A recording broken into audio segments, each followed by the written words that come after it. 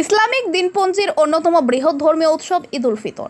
আজকের দিনে খুশির ঈদ পালন করল পূর্ব মেদিনীপুর জেলার রামনগরের দেউলিহাটের সাগরেশ্বরে মুকুন্দপুর আটমহল ঈদগাঁও কমিটির ব্যবস্থাপনায় পালিত হয় এই খুশির ঈদ।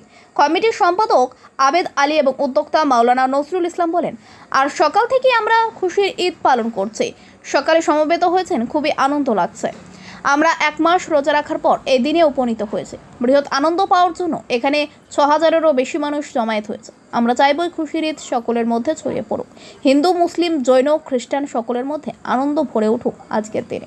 বাংলা তথা ভারতবর্ষের প্রতিটি মানুষের কাছে আজকের এই খুশির দিন। বর্তমানে সমাজ ব্যবস্থার উপরে আমরা সম্প্রীতির বার্তা দিচ্ছি। গোটা ভারতবর্ষের মধ্যে একে অপরের সঙ্গে একসঙ্গে আমরা থাকতে পারি, সেই বার্তাই দেওয়া হয়েছে। মাখন মণ্ডলের রিপোর্ট, আর নিউজ বাংলা। আসসালামু আলাইকুম রহমতুল্লাহি ওয়া বারাকাতুহু।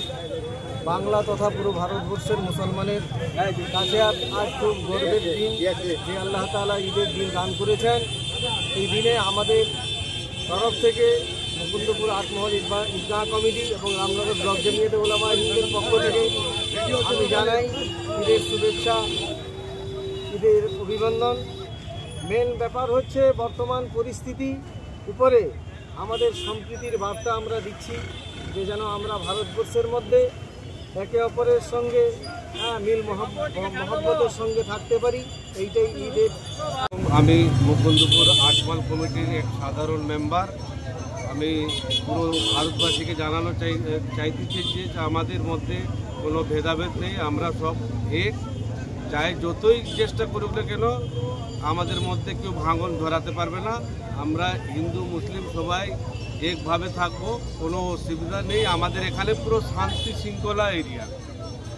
আর ঈদের শুভেচ্ছা সবাইকে জানাচ্ছি আমার আটমহল ঈদগাহ কমিটির পক্ষ থেকে।